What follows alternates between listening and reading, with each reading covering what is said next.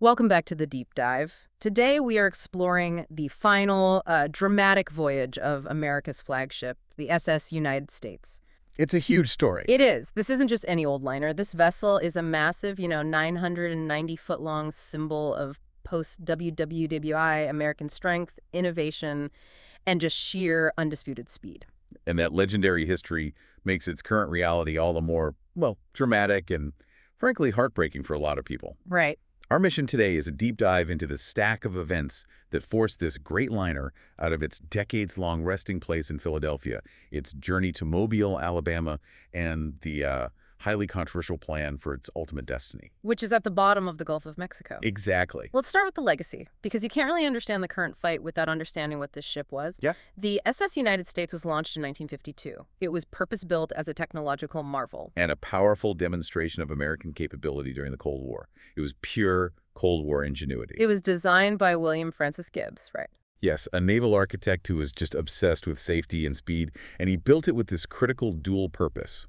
On one hand, a luxury liner for peacetime travel. Of course. But on the other, it could be instantly converted into a troop transport. You could move 14,400 troops across the Atlantic if a major war broke out. And the speed is what really cemented its fame. Oh, absolutely. Since its maiden voyage in 1952, it still holds the eastbound transatlantic record, the Blue Riband. It crossed the ocean in just 3 days, 10 hours, and 40 minutes. And that record is still uncontested. Still. It's the fastest passenger liner ever to cross the Atlantic. Which is just incredible for a ship that is now sitting totally inert. The irony is staggering. It is. The fastest ship on the water has been sitting idle for decades. And now it's facing a very definite, very permanent end. It is currently in Mobile, Alabama. And it's not just docked there. No, it's actively undergoing these extensive, very specific preparations to be sunk as an artificial reef off the coast of Florida. So how did we get here? For years, preservationists, led by the nonprofit SS United States Conservancy, they struggled to find a permanent home for the Big U. They kept it docked pretty quietly at Pier 82 in Philadelphia, but a simple business dispute really became the catalyst for its entire fate. It was a brutal eviction, basically, all caused by a rent disagreement. The pier owner, Penn Warehousing, decided to try and double the rent. Double it. Yeah, from $850 a day to $1,700 a day. The Conservancy, they fought back hard and actually successfully sued to stop the back rent claim. But that's one of those cases where winning the battle means you lose the war. That's exactly it. A federal judge ruled in June 2024 that while back rent wasn't owed, the original agreement to dock there was terminable. And that created an immediate crisis. An existential one. The Conservancy was mandated to vacate Pier 82 within 90 days. The deadline was September 12, 2024. 90 days. Imagine being told you have 3 months to move a 990-foot, 53,000-ton vessel. Where do you even begin? That's not just an impossible choice. It forced a crisis point that decades of preservation efforts just couldn't solve. It absolutely forced the Conservancy's hand into what, they saw as a no-win scenario. Yeah. They were left with only two immediate financially viable options. Scrap it or sell it. Scrap the ship immediately for metal, or sell it to the only interested buyer with a concrete plan for its future. And that buyer wasn't some billionaire preservationist or a major museum. It was a county government. Right, a county government focused on ecology and tourism. In October 2024, Okaloosa County, Florida, purchased the SS United States for a pretty symbolic $1 million. And their goal is ambitious. Very. They want to transform the Big U into the world's largest artificial reef. The estimated cost for the whole project, including all the cleaning and sinking preps, is around $10 million. With a timeline of what, about 18 months? Roughly, yeah. About 18 months from the start of the process. What's fascinating here is that this dry legal mandate, the eviction, it suddenly transformed into this nationwide emotional event when the ship actually started moving. Oh, the tow itself was the final act of this ship's life as a surface vessel. From February 19 to March 3, 2025, it made this slow, deliberate journey from Philadelphia down the East Coast and across the Gulf to Mobile. And that move, more than anything else, just captured national attention. It really did. It felt like a farewell parade. People who had totally forgotten the ship existed suddenly had to acknowledge its physical presence. That move, ironically, inspired one of the largest public preservation pushes in more than 4 decades. We saw massive turnouts. Crowds flocked to beaches, to jetties along the coastline, just hoping to catch a final glimpse of the Big U. A moment of collective nostalgia. For sure. And it wasn't just the public. There was this incredibly touching tribute from the modern cruise industry. Oh, right, the Utopia of the Seas. Yeah, Royal Caribbean's massive ship. It actually altered its course to sail closer to the SS United States, and they blew their horn in salute, a signal of respect from the current titans of the sea to the original American queen. A really stunning public farewell. But once the tears were wiped away and the camera stopped rolling, the reality set in. The ship had arrived in Mobile, Alabama. So let's pivot and look at the actual work happening right now in Mobile, because this is not a retirement stop. This is a very active work site. Exactly. Mobile is purely a staging ground.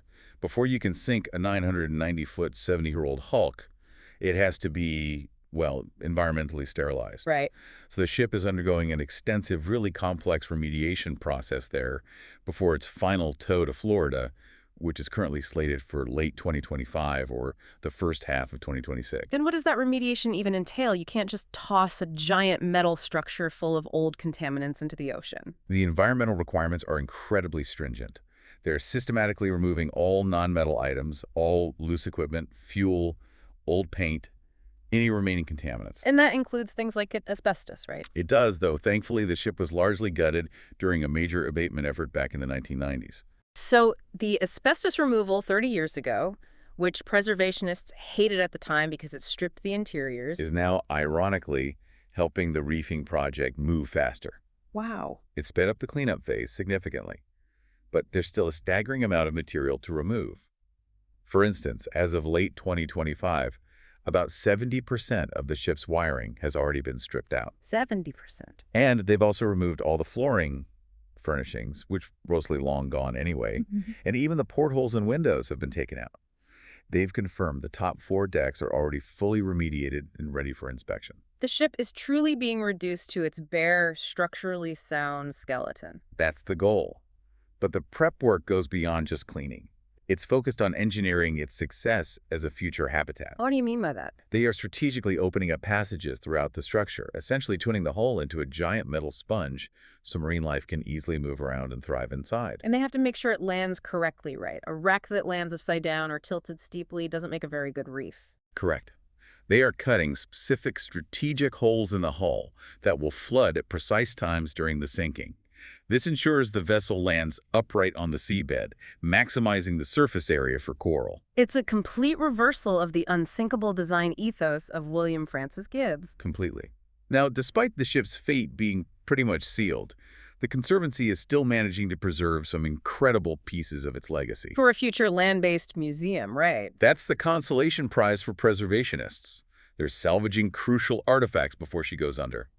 In August 2025, they famously removed 2 of the most recognizable parts of the vessel, the radar mast and both of its enormous iconic funnels. Those funnels were signature pieces of the design. They weren't just for show. They were an engineering marvel in themselves. They were, and they speak directly to Gibbs's obsession with weight and stability.